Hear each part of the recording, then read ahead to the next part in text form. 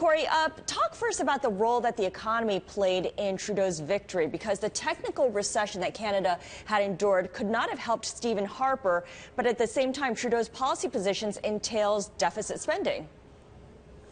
Yeah, thanks, guys. It turned out that the economy, whether it was in technical recession or not, actually played very little role in this election. I think if it did, the voters may have plumped to keep Stephen Harper in office. Instead, they voted for change, and they set aside concerns they may have had about Trudeau's ambitious spending plans that, indeed, as you mentioned, would move the Canadian federal budget back into a deficit, and voted for a new leader, a new generation. And really, I don't think economic woes turned out to be that much of an issue in this election. But of course, one of the biggest issues confronting Canada has been the lower oil prices. Also, that so much of Canada's oil remains landlocked. Part of the deal will be to try and get that oil out of the country, transportation pipelines, for example. What is the confidence in Trudeau's government to be able to do that? I think pretty low, actually. I think that Trudeau has made it very clear that he is far more environmentally conscious than Harper was. Of course, Harper hailed from Calgary, which is the base of the Canadian energy industry.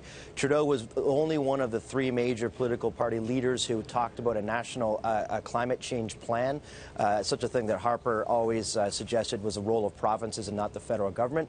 Moreover, Trudeau is fairly bearish towards pipeline construction.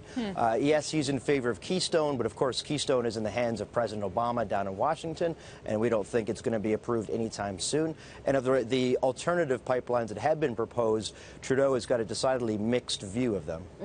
So does that mean that this election result signals something about the shift of economic power back to eastern provinces like Ontario, like Quebec, and away from the oil-producing provinces like Alberta, like Edmonton, especially with the weak Canadian dollar boosting Canada's manufacturing? Listen, I think there's real questions about the medium-term outlook for Canadian energy producers. As you quite rightly observed, there's no real logistical mechanism to get the oil from Alberta and Saskatchewan to the coast or to U.S. refineries.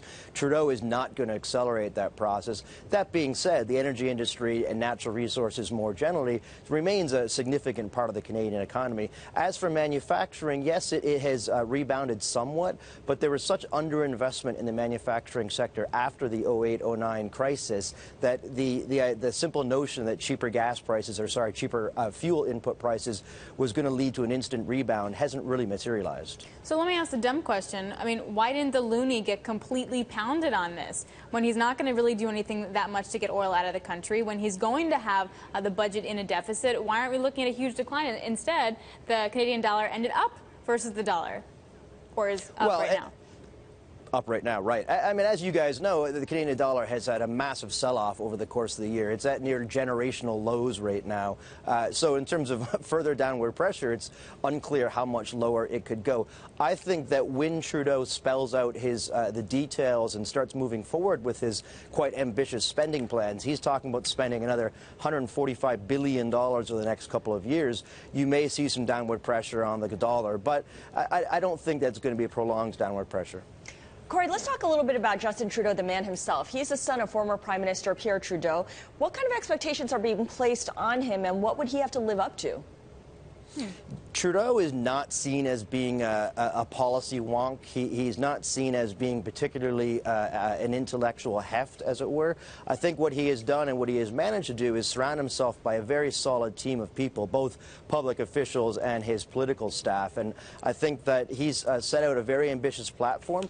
I would be shocked if Trudeau himself wasn't pretty astonished at the result last night. I mean, as you said in the opening, I mean, this is an historic result. And to put that in context, 10 days ago, it looked almost certain that none of the parties was going to get anything more than a minority government, i.e. a plurality of seats, not an outright majority. Not only did he do that, but he managed to bring in one of the biggest majorities in the history of the country. So I think Trudeau's probably having a real moment of sinking in that not only is he Prime Minister, but he's got a massive mandate.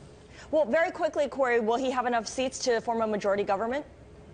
Oh, easily, yes. I mean, he's not final results, but right now he's sitting at 184. That was as of an hour or so ago. Anyway, you need 170 in Canada to form a majority. All right, so it's a done deal then for Mr. Trudeau.